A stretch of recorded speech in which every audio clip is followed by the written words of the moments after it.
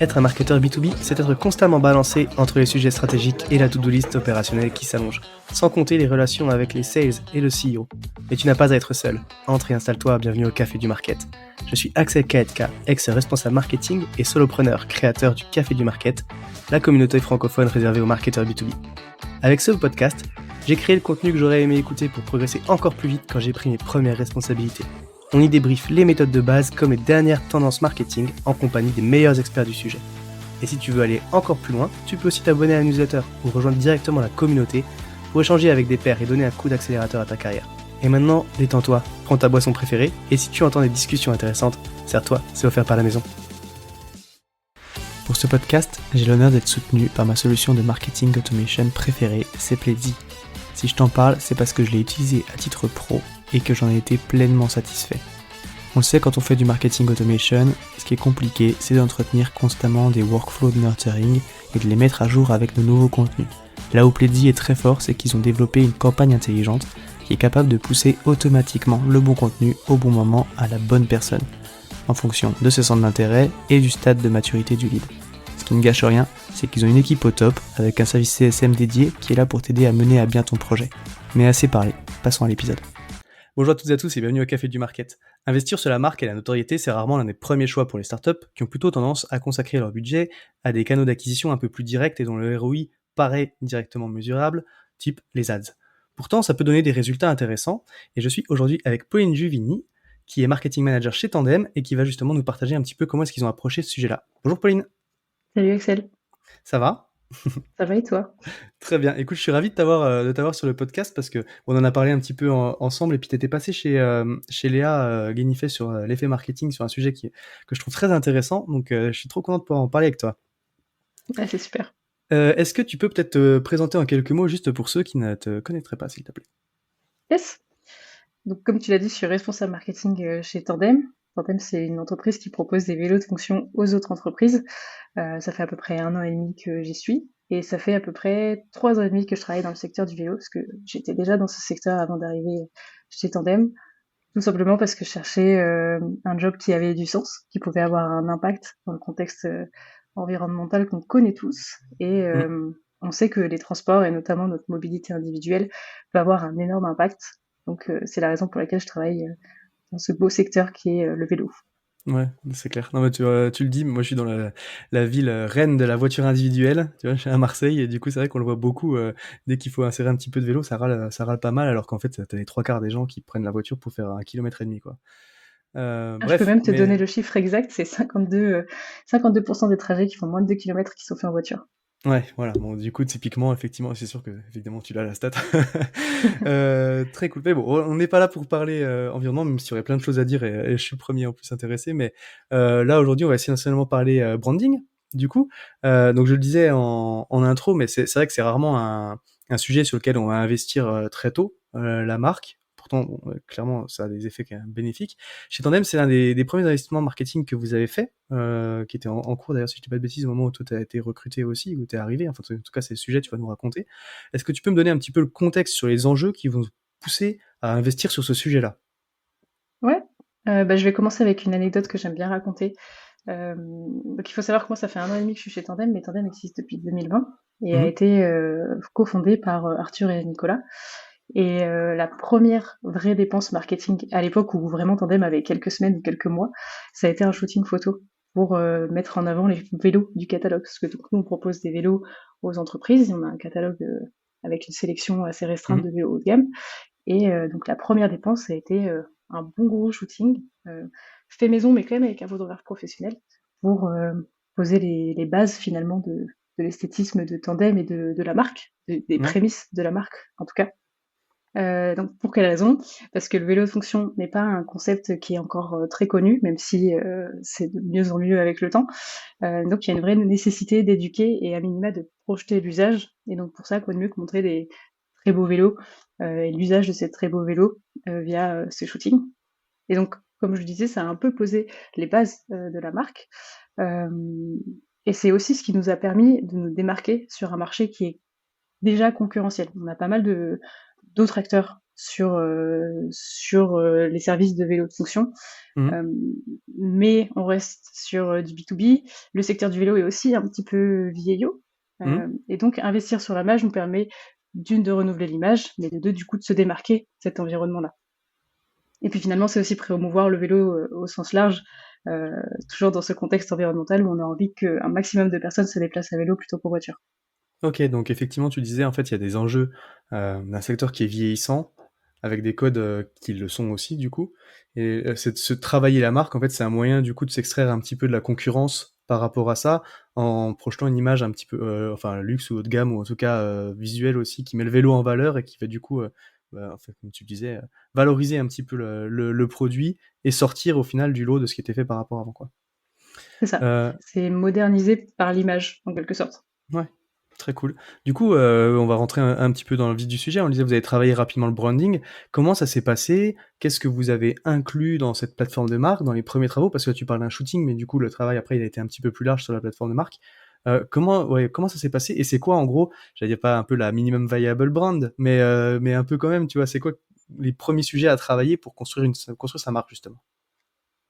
Nous, ça s'est fait plutôt au fur et à mesure. En fait, il y a eu, je pense, 2 ou 3 étapes qui ont permis, d'arriver à peu près à ce qu'on a aujourd'hui de la marque. Mmh. Donc la première étape, c'était effectivement ce shooting, et ces shootings ont été de plus en plus fréquents. Donc là, on en a déjà 4 à date sur une entreprise qui est assez jeune, mine de rien. Mmh.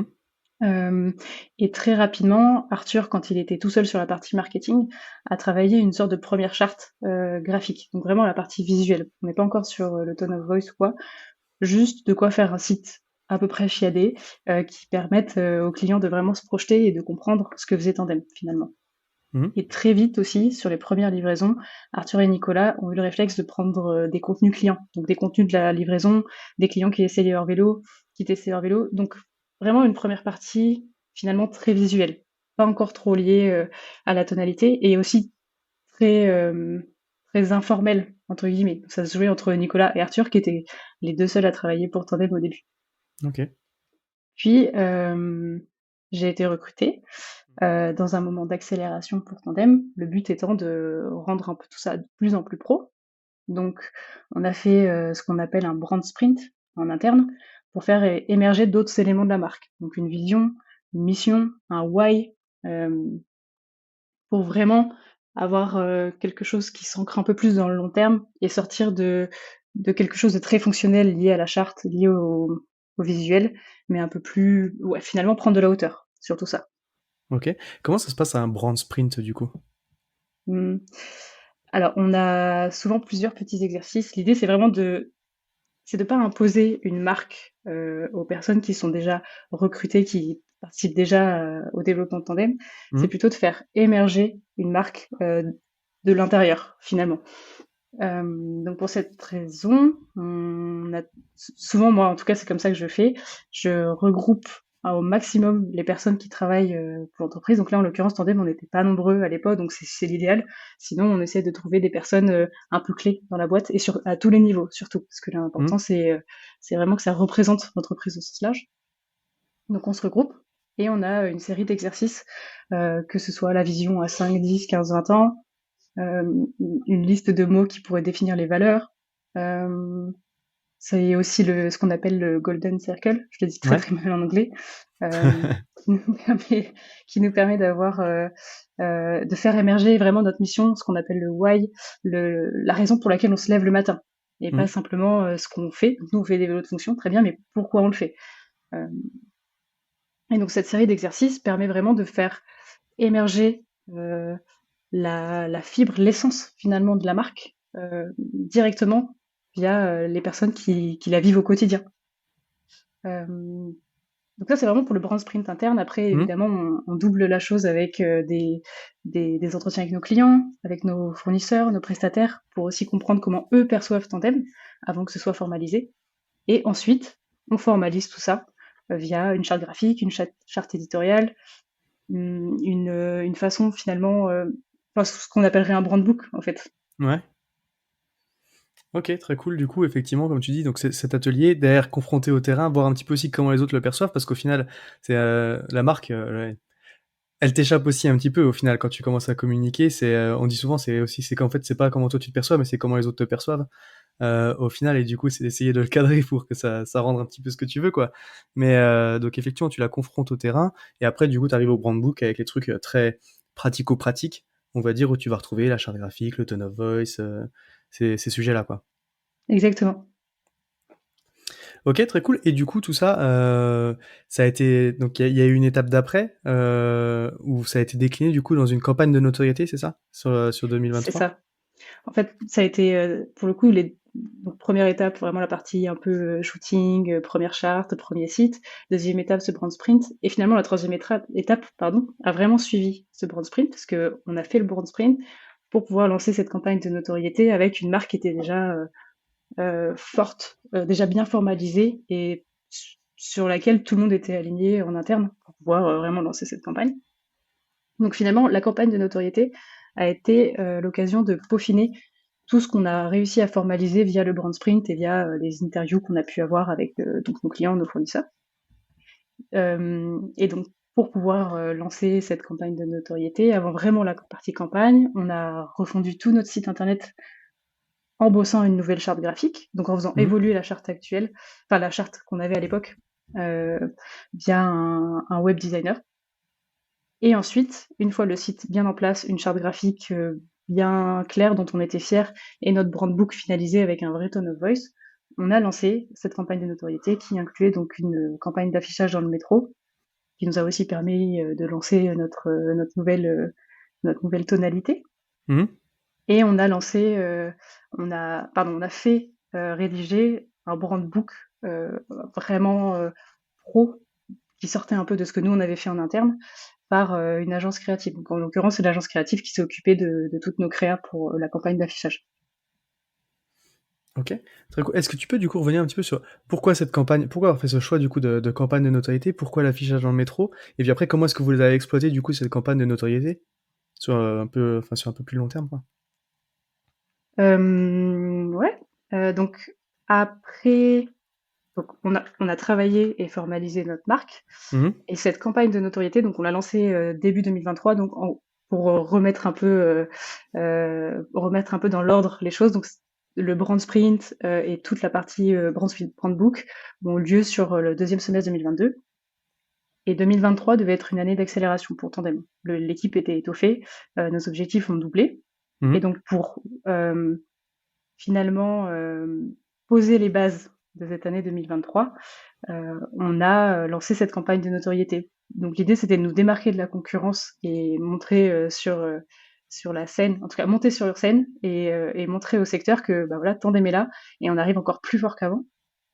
Et aussi, et surtout, pour promouvoir le vélo de fonction. Parce que comme je le disais au début, c'est une notion qui est encore très peu connue. Et donc, c'est montrer au grand public, aux entreprises, mais aussi aux salariés qui prennent le métro tous les matins, que cet avantage existe et qui peut avoir un impact fort sur notre mobilité quotidienne. Ok. Et du coup, si vous avez choisi l'affichage métro, c'est parce qu'au final, vous aviez un ancrage géographique qui était très fort dans les débuts parce que du coup, c'est une campagne qui a un impact très localisé. Oui et non. Effectivement, on a, pour des questions de budget, hein, on restait, Mhm. encore une petite boîte à l'époque, on a vraiment misé sur Paris parce que 50 de nos clients étaient parisiens, voire je me demande si c'était même pas un peu plus. C'est plus trop le cas Ok. maintenant, mais à l'époque, c'était le cas. Et aussi parce qu'on a fait pas mal de contenu autour de cette campagne, et ces contenus, on a pu les diffuser sur d'autres zones géographiques via les ads et via aussi tous nos leviers organiques, que ce soit Instagram, LinkedIn ou même sur notre site, par exemple.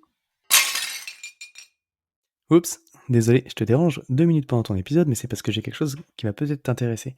Quand on est le premier marketeur d'une entreprise, ou le seul d'ailleurs, ou qu'on accède pour la première fois à de nouvelles responsabilités en tant que head of ou de CMO, on se sent parfois perdu et isolé sur son poste, que ce soit entre les sujets opérationnels marketing avec la to-do qui s'allonge, les sujets de management ou de relations avec le CEO, les autres C-level, même un peu tous les sujets stratégiques, on a vite fait de se sentir un peu submergé.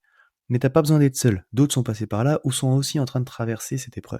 Et c'est pour ça, pour te permettre d'échanger avec des pairs, que j'ai créé la communauté du Café du Market, qui réunit du coup des marketeurs B2B justement pour échanger sur ces problématiques dans une logique d'entraide, avec un Slack dédié, des événements live, une bibliothèque de ressources, bref, tout ce qu'il faut pour t'aider à accélérer un petit peu tes problématiques marketing, mais aussi donner un coup de boost à ta carrière. Si ça t'intéresse et que tu veux nous rejoindre, tu peux adhérer par le site lecafédumarket.fr ou alors avec le lien qui est dans la description. Voilà, maintenant je ne t'embête pas plus, retour sur l'épisode.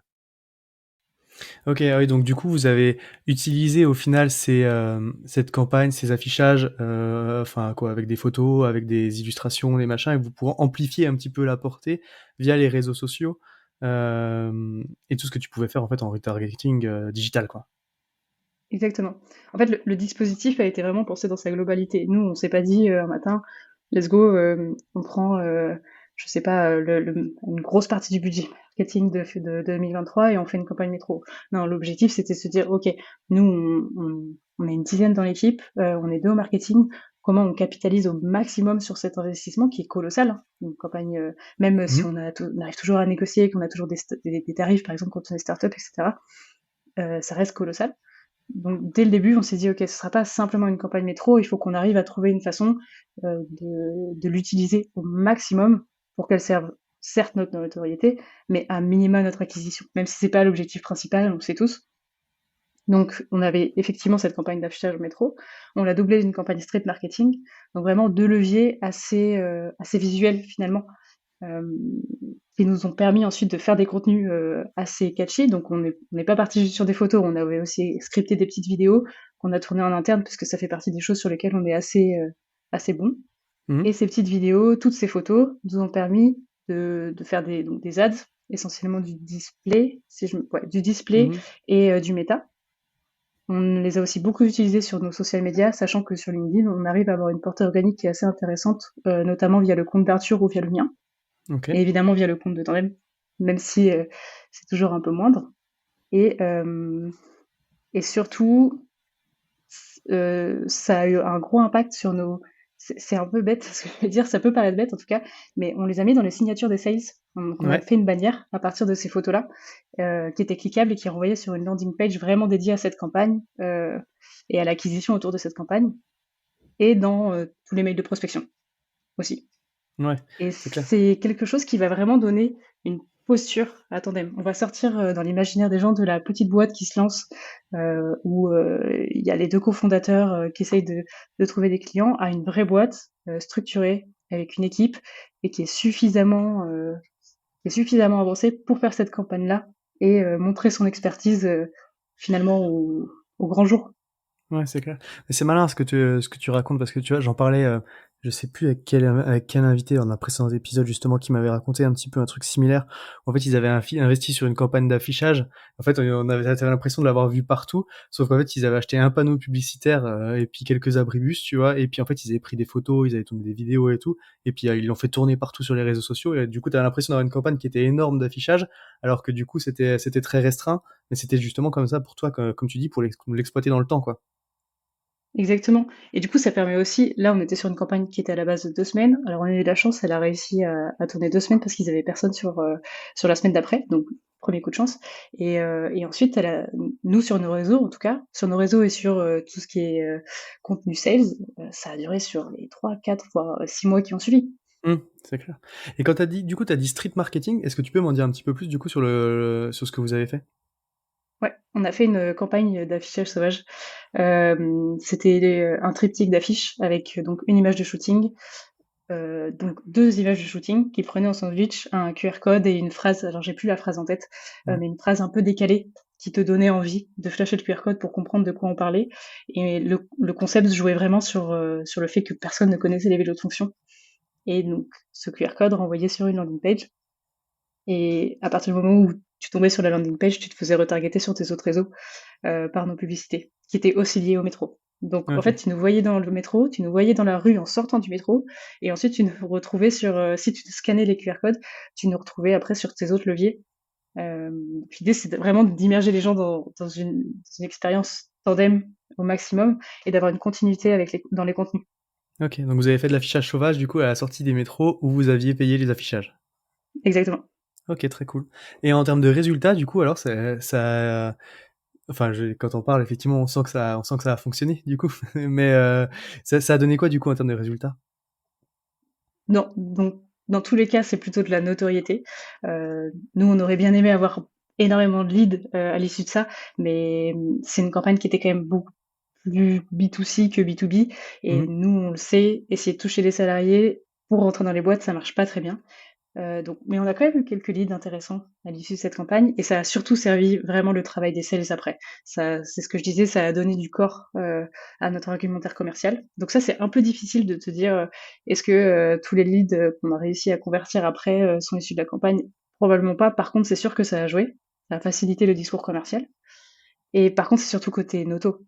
Ouais. On a eu énormément de retours autour de nous sur mais Tandem, on vous voit partout. C'est la campagne qui a lancé la marque, c'était l'objectif premier, mais c'est aussi la campagne qui a lancé notre stratégie de contenu, que ce soit sur la façon dont on mettait en avant euh, nos visuels, nos textes, etc., etc. En fait, je pense qu'on a pris confiance, on a pris confiance dans la marque qu'on avait réussi à formaliser donc sur la fin d'année. Et, et les retours très positifs qu'on a eus nous ont permis nous ont permis de nous dire ok, donc là le travail qu'on a fait est assez efficace. Let's go, on déploie à fond sur les leviers qu'on a envie de tester, en tout cas pour cette première grosse année marketing pour Tandem. Ok, très cool. Donc tu dis des résultats en termes de noto, un petit peu en acquisition de lead, même si c'est pas forcément l'objectif principal. Mais et comme tu le dis, en fait, au final, c'est vrai que la campagne d'affichage, euh, c'est pas forcément ciblé. Enfin, c'est ciblé géographiquement, mais tu sais pas qui va passer devant. Du coup, comme tu l'as dit, c'est un peu plus B2C, B2B. Mais par contre, ça a eu un vrai effet dans les campagnes derrière de prospection, parce que ça a quand même assis, ça donne de la crédibilité aussi au final.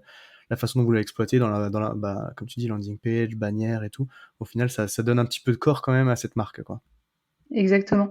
Et toujours en termes de résultats, parce que j'y pense en discutant, euh, côté noto, ce qui m'a permis de façon un peu plus chiffrée, en tout cas, de mesurer l'impact de la campagne, c'est le trafic sur le site. Traquer les QR codes aussi, parce que Mhm. j'avais fait en sorte de pouvoir connaître le nombre de personnes qui avaient flashé, que ce soit la campagne de Street ou la campagne métro, et le nombre de requêtes marques sur Ok. Google. Donc nous, on a une marque qui est assez généraliste, Tandem, mais qui, pour le coup, a un nombre de requêtes mensuelles et donc annuelles qui n'est pas vraiment saisonnier. Ouais. Et donc là, on a Ok. pu constater sur un mois, le mois de février, qui est un mois quand même très bas pour le vélo. Là, on a pu constater un pic de requêtes et un pic de trafic sur notre site qui était quand même conséquent. C'est l'avantage d'avoir lancé sur une période creuse, c'est qu'on peut vraiment se rendre compte pour le coup. Ok, très cool, très intéressant. Donc ça, c'était 2023. J'allais dire maintenant, comment est-ce que tu capitalises là-dessus pour 2024? D'autant que, bah, tu l'as dit, là, c'était plus noto et vous auriez bien aimé l'acquisition, mais c'était un bénéfice un peu collatéral. Donc forcément, tu auras des enjeux d'acquisition plus forts, j'imagine, en 2024. Comment est-ce que tu articules tout ça au final pour continuer à capitaliser là-dessus, travailler l'acquisition tout en respectant quand même aussi ce que tu as construit autour de la marque? Alors, je le reprécise, mais donc nous, 2023, c'est vraiment la première année avec une vraie équipe marketing chez Tandem. Mhm. Donc c'était aussi une année un peu de test. En l'occurrence, cette campagne, c'était un gros pari. euh, Parce qu'encore une fois, c'est un budget assez conséquent, c'est de la notoriété, et c'est vrai que c'est pas le réflexe, je pense, de nombreuses boîtes de se dire, ok, je vais investir beaucoup dans ma notoriété via une campagne de ce type-là. Ce qui nous a beaucoup rassurés, c'est qu'on a terminé l'année 2023 en explosant nos objectifs de croissance. Donc on était à 2,2 ou 2,3, enfin une multiplication par 2,2 ou 2,3 pardon, de notre chiffre d'affaires sur 2023. Mhm. Donc trop cool. Mais ça s'explique aussi parce que mi 2023, on s'est dit ok, là on a investi à fond en stratégie de contenu, à fond de notoriété, à fond dans la marque, mais il faut quand même qu'on garde en tête que ce qui nous fait manger, finalement, c'est les clients. Mhm. Donc, il faut qu'on fasse de l'acquisition de leads à fond. Donc, à partir du deuxième semestre de 2023, on a réorienté la stratégie vers les leviers qui s'avéraient être les plus efficaces en termes d'acquisition. Donc, toujours avec cette idée de marque et de notoriété en avant, mais en se disant, OK, ces 6 mois full noto étaient super importants pour Tandem. Maintenant, on a atteint notre objectif. Et donc, il faut qu'on utilise cette notoriété acquise pour qu'elle serve l'acquisition. Donc, je replace 2023 parce que c'est important et c'est ce qui a un Mhm. peu lancé cette année-là, en tout cas 2024. Donc, on a testé de nouveaux leviers sur fin 2023. Donc, deuxième semestre, sachant que deuxième semestre, juillet, août, en B2B, surtout pour du vélo de fonction, en tout cas, c'est pas les meilleurs mois de l'année. Mais donc, on Mhm. a testé de nouveaux leviers et, effectivement, remettre l'acquisition au centre de nos enjeux était nécessaire. En tout cas, ça s'est confirmé sur la fin d'année. Et donc là, en 2024, l'objectif, c'est de ne jamais décorréler acquisition et notoriété ou acquisition et marque. Parce que chaque action d'acquisition, finalement, sera amplifiée parce qu'elle va s'inscrire dans notre branding. Et donc, elle sera automatiquement beaucoup plus mémorable. Mais à l'inverse, si je dois faire des actions de notoriété, il faut qu'elles soient pensées pour avoir un impact sur notre acquisition. Bah, par exemple, la campagne métro qui a servi ensuite dans la prospection des sites. Ok. Ce qui était un peu moins le cas début 2023 quand on a lancé la campagne de tout. Même si évidemment, enfin comme je le précisais, on a utilisé au maximum cette campagne pour qu'elle serve l'acquisition. Mais là maintenant, on va le faire encore plus. On a vu en 2023 quels étaient les leviers qui effectivement nous permettaient de trouver de nouveaux leads, de faire de l'acquisition de Mhm. leads, et ceux qui n'ont pas trop marché, et aussi ceux qu'on a testés, mais pas suffisamment pour vraiment être sûr de leur efficacité ou non. Donc là, sur ce début d'année 2024, on a vraiment repriorisé nos leviers marketing au sens large. On les a réduits, on en a un peu Mhm. moins, mais l'objectif, c'est vraiment d'être assez solide sur nos appuis. En tout cas, les leviers qui se sont avérés efficaces ou les leviers qui se sont avérés à peu près efficaces, mais où on sait qu'on peut l'être vraiment. Et ensuite, dans un second temps, là, on ira tester de nouveaux leviers. Ok, très cool. C'est intéressant ce que tu dis parce que c'est vrai qu'on a tendance toujours à, pour faire plus, à vouloir ajouter et multiplier les canaux, alors qu'au final, moi, je suis convaincu qu'effectivement, quand on a identifié quelques-uns, enfin, presque tous les canaux peuvent marcher en vrai, à condition de les faire comme il faut. Et du coup, le plus gros risque, et tu le vois dans certaines boîtes, c'est que bah, du coup, ils veulent faire un peu de ci, un peu de ça, un peu de ça, un peu de ça, un peu de ça, puis du coup, tu fais rien bien au final. Et donc vous, pour être plus efficace et d'arriver à l'acquisition en 2024, vous avez fait le choix de réduire aussi les canaux, quoi.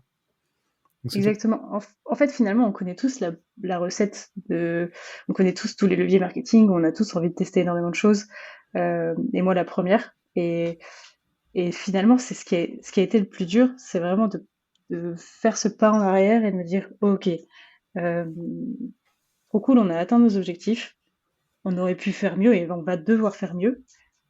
Comment je réduis pour faire mieux plutôt que j'augmente mon nombre de leviers et je vois. Sauf Ouais. qu'en fait, nous, Tandem, on est une dizaine dans l'équipe. Je suis la responsable du marketing et j'ai une alternante dans mon équipe et ça s'arrête là. Après, j'ai des prestataires pour m'entourer, mais j'ai des ressources qui sont en tout cas limitées par rapport à d'autres, Mhm. peut-être, mais pour autant, je dois atteindre mes objectifs et plus je vais pouvoir me concentrer, plus je vais pouvoir vraiment poncer entre guillemets les leviers que j'ai déterminés, plus efficace je serai. Ouais, c'est clair. Très cool. Écoute, merci un petit peu pour ce retour d'expérience. J'allais dire, au final, on a parlé pas mal de bonnes pratiques ou comment ça s'est bien passé. Le marketing, c'est pas que ça. Bah, tu l'as évoqué plusieurs fois. On a quand même des challenges aussi au quotidien. Et puis il y a des choses qui posent un peu plus problème que d'autres. Rapidement, du coup, c'est quoi tes plus gros challenges du moment? Donc là, on se parle en début d'année, donc c'est clairement que les leviers marketing que l'on a identifiés enfin que l'on a identifié comme efficaces le soient vraiment sur ce Ouais. premier trimestre. Donc parce que c'est la stratégie que j'ai défendue en fin d'année. On a des objectifs à atteindre cette année, donc cette priorisation des leviers doit vraiment suivre. Et c'est toujours une petite pression parce que je pense que ça arrive à tout le monde, mais on a des grands moments de haut où tout a l'air de fonctionner, et du jour au lendemain, un des leviers se casse la figure sans qu'on comprenne trop pourquoi. Donc heureusement, il n'y en a pas qu'un, mais donc à chaque fois, il faut réussir à ajuster. Et là, ça m'est arrivé sur ce début d'année. Effectivement, j'ai déterminé 5 leviers. Et ben, il s'avère qu'il y en a un sur les 5 qu'on va déprioriser très vite, donc seulement un mois et demi, 2 mois après le début d'année, parce qu'on se rend compte qu'en fait, c'est trop de temps investi pour très peu de retour sur investissement. Ok. Et c'est absolument nécessaire au vu de mes ressources actuelles pour que je puisse moi ensuite me libérer du temps dès le prochain trimestre et donc tester de nouveaux leviers d'acquisition. Et l'autre sujet sur lequel je cherche à trouver des solutions, j'en ai pas beaucoup parlé ici, c'est le sujet de l'upsell. Donc Ouais. nous, notre modèle fait que une fois qu'on a réussi à convertir une entreprise, on a gagné 0 €. Ce qu'il faut convertir ensuite, c'est les salariés de cette entreprise. Et c'est là qu'on gagne de l'argent. Donc sur l'année 2023, avec les équipes commerciales, on a réussi à convertir de plus en plus de salariés lors de la première vague de commandes de vélos au lancement. Mhm. Mais maintenant, il faut qu'on arrive à trouver la solution, comment continuer à convaincre dans les mois, voire les années qui suivent le lancement, d'autres salariés, les nouveaux arrivants, mais aussi ceux qui étaient là avant et qui n'ont pas réussi à être convaincus dès la première vague. Et surtout, comment on va automatiser tout ça pour délester au maximum les équipes commerciales. Parce qu'on va se retrouver avec on a des clients qui ont 1000, 2000, 3000 salariés. On peut pas faire ça Ouais. à la mano, c'est pas possible. Donc, il va y avoir un sujet aussi de professionnalisation, en tout cas, de ce process qui n'existe pas encore vraiment. Donc, vraiment un enjeu assez global. Et vraiment, c'est crucial parce que une fois que cette première étape assez difficile de convaincre l'entreprise est passée, c'est dommage de passer à côté de ça. Ouais, c'est un peu le land and expand, quoi. En fait, tu t'arrives, Exact. tu t'en touches un, et puis après, c'est comment est-ce que du coup tu vas pouvoir aller t'étendre auprès des autres salariés, et au final, comme tu dis, vous avez certainement des gros enjeux autour de ça, quoi. C'est clair. Intéressant comme challenge. C'est marrant, c'est un truc que tu retrouves chez pas mal de SaaS.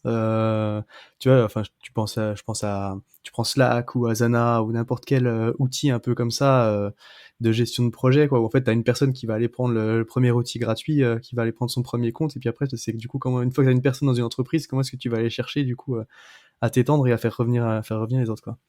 C'est exactement ça. Intéressant. Très cool. Écoute, ben, on verra si tu trouves la solution. On en reparlera dans un prochain épisode. Si on devait résumer notre échange, du coup, c'est quoi le conseil que tu voudrais donner à un marketeur qui doit mener ce sujet justement de branding? Du coup, ce serait vraiment de pas chercher à faire compliqué, au maximum aller au plus simple, euh, accepter que qu'une marque ne doit pas être imposée finalement, mais bien qu'elle doit émerger de ce qui existe déjà. Souvent, le marketing, c'est pas le premier recrutement d'une entreprise, et donc avoir l'humilité de dire, ok, j'ai des ressources restreintes, il y a des choses qui ont déjà été faites, une marque doit émerger des gens qui finalement la font vivre. Donc comment je la formalise à côté de ça? Et, et pour le déploiement, c'est exactement la même chose. C'est s'assurer que les ressources à notre disposition, même si elles sont, même si elles sont un peu plus légères, permettent de créer des choses vraiment quali, qui sont très réfléchies et qui donc de sûr auront un impact. Et moi pour ça, et c'est ce que je trouve le plus difficile à faire, c'est vraiment d'aller vers la simplification au maximum. Ok, très cool. Bah écoute, merci encore une fois pour ton partage d'expérience, Pauline, c'était très chouette. Merci de passer sur le podcast. Si jamais il y a des petites questions pour toi, on peut te retrouver du côté de LinkedIn. Exact. Je suis assez active sur LinkedIn, donc pas hésiter à m'écrire, ce sera avec plaisir. Ça marche. Bah écoute, encore une fois, merci beaucoup. Et puis bah maintenant, il me reste à te souhaiter une bonne journée. Merci beaucoup, Axel. Bonne Salut journée. Pauline. À tous ceux qui ont tenu jusqu'ici, déjà merci beaucoup, et j'imagine que le sujet vous a plu, donc n'hésitez pas à envoyer de bonnes ondes à notre invité. Pour ceux qui le souhaitent, le meilleur moyen de soutenir le podcast, ça reste d'en parler autour de vous et de laisser 5 étoiles sur ta plateforme d'écoute préférée. Je compte sur toi.